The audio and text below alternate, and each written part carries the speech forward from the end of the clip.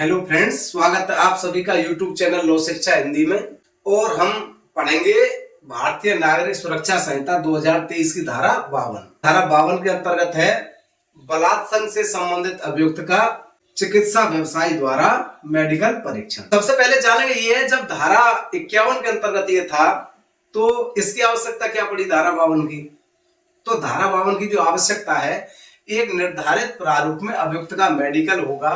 जैसे बलात्संग से संबंधित कोई भी पीड़िता है, उसका मेडिकल एग्जामिनेशन एक निर्धारित प्रारूप में होता है और क्या क्या विशिष्टियां उसके अंतर्गत लिखनी होती हैं, वो सारी चीजें निर्धारित प्रारूप में होगी।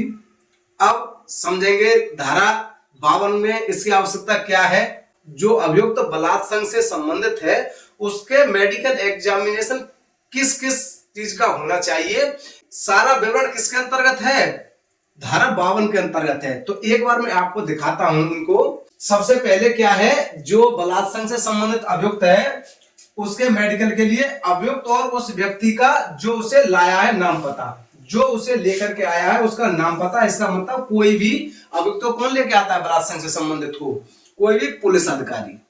तो जो भी लेकर के आया है मेडिकल कराने के लिए तो उसका नाम पता, साथ ही अभियुक्त का नाम पता। अभियुक्त की आयु कितनी है ये लिखी जाएगी। अभियुक्त के शरीर पर क्षति के निशान यदि कोई हो, अगर कोई चोट के निशान है अभियुक्त के शरीर पर तो वो भी लिखे जाएंगे। और डीएनए प्रोफाइल करने के लिए अभियुक्त के शरीर से ली गई सामग्री का वर्णन ये भी लिखा जाएगा।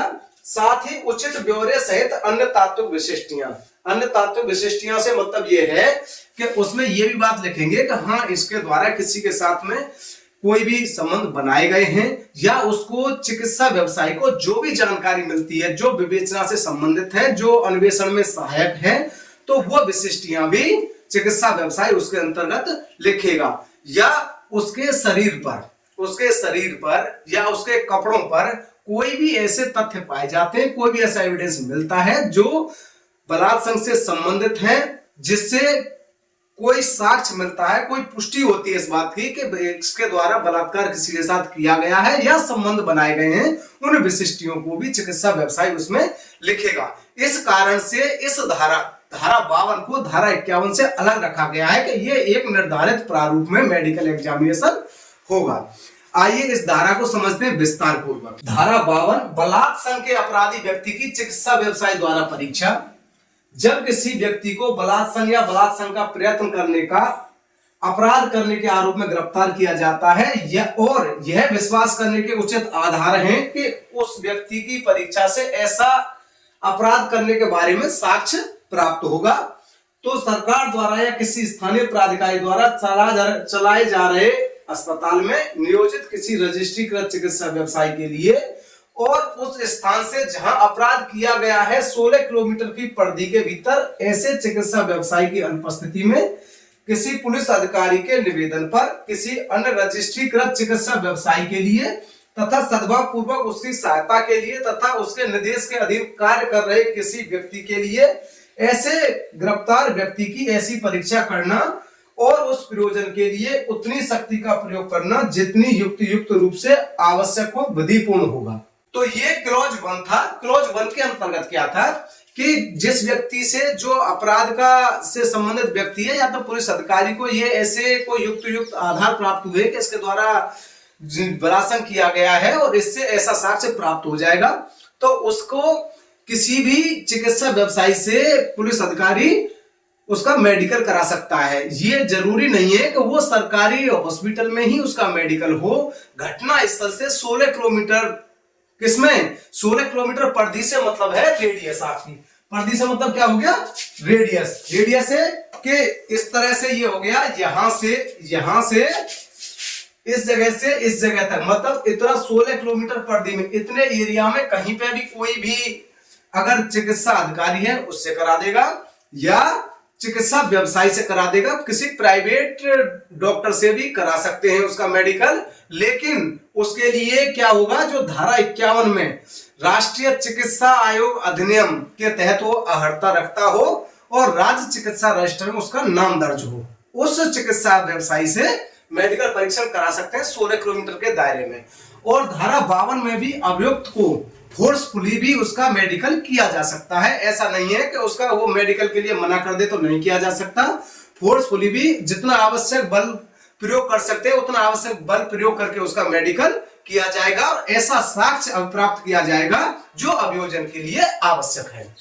धारा 52 का सेकंड क्लॉज कहता है कि ऐसी परीक्षा करने वाले रजिस्ट्रीकृत चिकित्सा व्यवसायी ऐसे व्यक्ति की बिना किसी विलंब के परीक्षा करेगा और उसकी परीक्षा की एक रिपोर्ट तैयार करेगा जिसमें निम्नलिखित विशिष्टियां होंगी। निम्नलिखित विशिष्टियां कौन सी?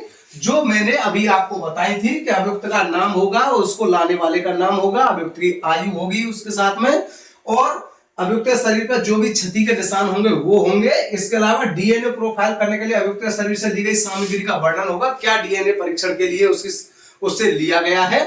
इसके अलावा उचित ब्यौरे होंगे, अन्य विशिष्टियां होंगी जो मैंने अभी आपको बताया था। अब इसका क्लॉज देखेंगे। थर्ड क्लॉज क्या कहता है?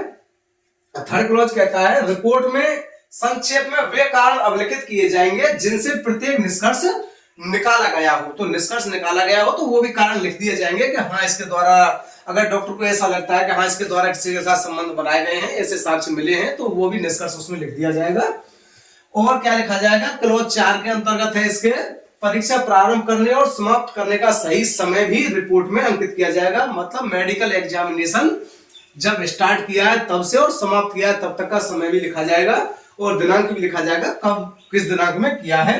फिर इसका 5वां क्लॉज क्या कहता है? रजिस्ट्रीकृत चिकित्सा व्यवसाय बिना किसी विलंब के अन्वेषण अधिकारी को रिपोर्ट भेजेगा जो उसे 193 के जो छठे क्लॉज में, इसका मतलब ये हो गया लास्ट में कि जो पुलिस रिपोर्ट भेजी जाती है न्यायालय को, जो पुलिस रिपोर्ट भेजी जाती है जिसमें एफआईआर चार्जशीट होती है, वो धारा 193 के अंतर्गत है। और धारा 193 के छठे क्लॉज में है कि जो भी मेडिकल एग्जामिनेशन से संबंधित कोई डॉक्यूमेंट है वो न्यायालय को भेजे जाए उसके साथ में, पुलिस रिपोर्ट के साथ में। तो ये 193(6) के अंतर्गत था।